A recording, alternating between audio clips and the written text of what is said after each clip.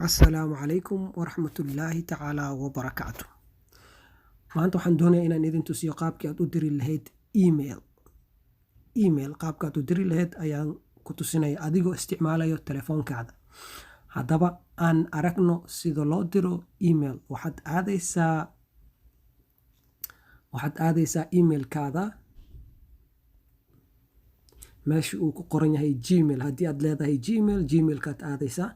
Haddii telefoonka uu leeyahay Yahoo, waxaad aadaysaa Yahoo-ga ayaad aadaysaa. Hadda maanta waxaan meeshan ku hayaa Gmail. Waa application sida WhatsApp oo kaleed, noocaas oo kaleed oo aad ku geli kartid oo telefoonka aad ku xiranaysid. Marka waxaan filayaa meeshan in uu emailkaada uu kugu set garaysan yahay. Marka waxaad aadaysaa applicationka Gmail ayaad ku dhufanaysaa, waxaad tegaysaa emailkaada markaad imaatid waxaad ku dhufanaysaa meesha lagu qoro email cusub. Calaamadaasaad ku dhufanaysaa, wuxuu ku geynayaa emailka meesha aad ku qori lahayd, kaasoo ah emailkaaga wuxuu kuu soo bixi doonaa qaybta kore.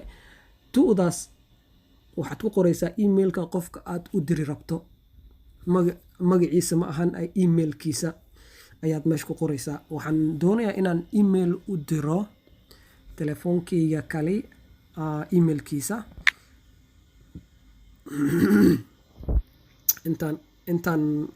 intaan oo dhan email ayaa meesha igu jiraan, balse waa muhiim in aad qortid xarafaha emailka aad haysatid si sax ah. Haddii hal mar xarif aad gaftid, ogow emailkaaga ma aadayo meesha loogu baahan yahay ama uu kugu soo laabanaya.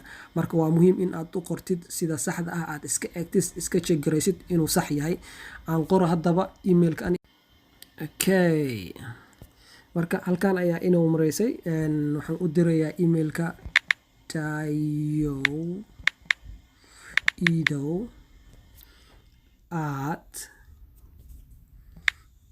tayo@gmail. haddii mar hore aad isticmaali jirtay emailka meesha ayuu kugu soo baxaya, waa kusii dhufan kartaa, balse waxaan rabaa inaan idin tusiyo in aad qortid sida saxda ahayd xarfaha oo emailka uu ku kooban yahay. haddii oo mar hore aad diri jirto meesha waa ku dhufan kartaa, meesha directly kore qaybtaas asagaa galayo, marka waa sax. Iska hubi marka emailka inuu sax yahay. waa emailka aan u diri rabe.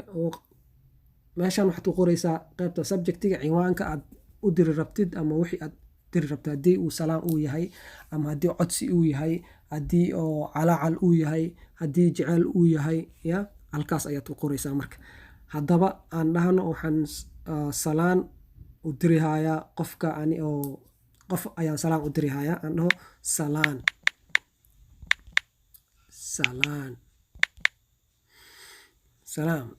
ciwaankeyga waa salaan, ama waxaan dhihi karaa codsi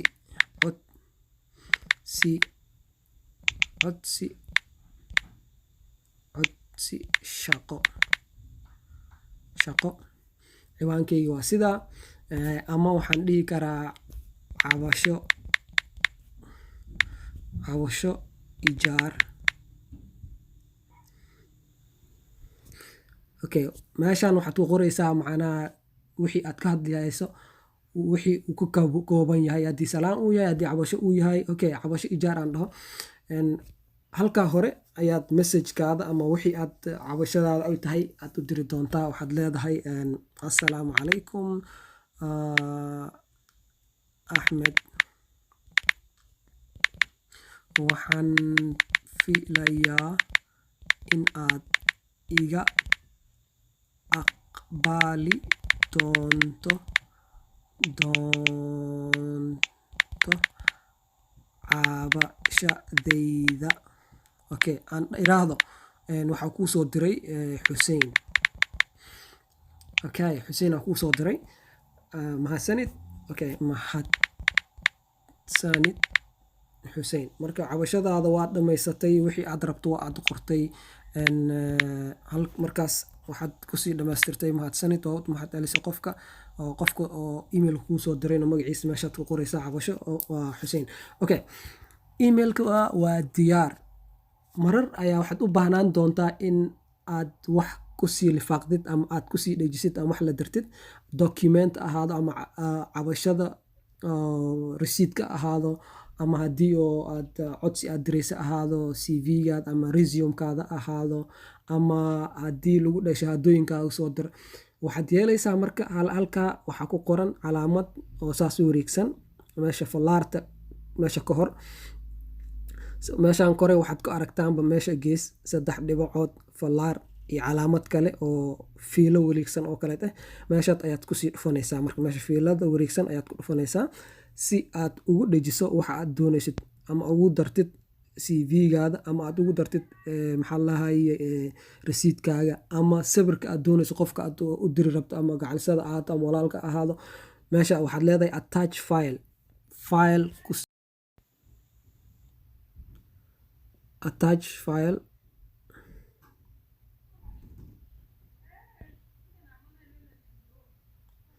waxaad leedahay attach file ayaad leedahay file. marka 4 meelood ayaa kuu soo baxayso oo gmail uu leeyahay. midda koowaad waa attach file, waa file ku dheji.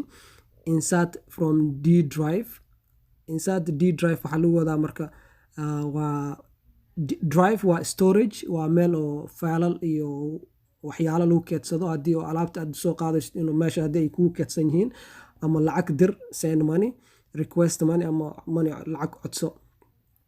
okay, muhiimadan waxaa waa inaan warqad aan ku dhejino ama file aan ku dhejino ama codsiga wixii aan samayn rabno file ama caddeyntiis aan ku dhejino. marka waxaad kusii dhufanaysaa attach file meesha kore, wuxuu ku geynayaa fileka aad doonaysid inaad kusii dartid. haddaba waxaan doonayaa in aan sawirkan aan diro. okay, one of these photos inaan diraan u baahanahay marka aan dhaho kan. okay, sawirkii wakaa meesha uu soo galay, ama waxaan rabaa inaan warqad aan kusii dhejiyo. waxaan leeyahay file, warqadii oo wordka ahayd taas ayaan kusii dhufanayaa. isla markii ayadaaba soo galayso qaybtaas ayay soo galaysaa. marka kadib markii aad samayso marka warqadan waxaad u diraysaa emailka, waxaa leedahay waxaa kusii dhufanaysa fallaartaas send. emailkaas ayaa waxaad arki doontaa wuxuu kusoo bixi doonaa emailka kale. haddaba aan fiirino siday warqadu timaaday, weli ma aysan isoo gaarin. aan refresh aho, waxaan filaya inaysan weli soo bixin. okay,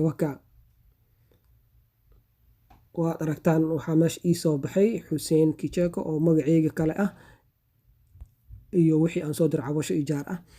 kadib messagekii aan soo qoray ama fariintii aan soo qoray iyo wixii aan kusoo lifaaqay. waa sawirkii weli muusan soo bixin. sawirkii waa aragtaan. documentiga kale aan soo diray ama warqadda aan soo diray aan kusoo lifaaqay. waa aragtaan wixii waa soo baxay wixii aan soo diray. kadib gadaal aan noqonaa. haddii aan u baahanahay warqadan in aan soo dejisto telefoonkii aan kusoo shubto, waxaan kusii dhufanayaa fallaarta meesha ku qoran meesha downloadka ah. waxaan leeyahay download ama sawirka meesha kore waxaad ku aragtaa fallaar inay soo digato. marka wuxuu ku tusinayaa in ay kii kale kuu soo digatay. midda kale documentiga haddaad u baahan tahay sidoo kale haddana fallaarta ayaad ku dhufanaysaa. fallaarta kalena waa kuu soo digatay. documentiga marka gooni ayaad u furan kartaa. waxaa leedahay sawirkii waa arki kartaa. wuxuu ku leeyahay midka aad rabto ku fur. waxaan leeyahay kii kale ku fur. waa sawirka ii soo digaday, waa aragtay wixii lagu soo diray, waa aragtay haddii sawir aad u baahaneed haddii rasiid aad u baahaneed. haddii document uu yahayna documentigii ayaad kusii dhufanay, wuu kuu soo baxayaa. documentkiina sidaas ayaad ku heli kartaa wixii lagu soo diray telefoonkan ayuu kugu jiraa. marka waxaan filayaa inaad fahanteen. fadlan subscribe dheh oona ku baashaal channelka. wixii kale aad u baahatid waa inoo mar kale.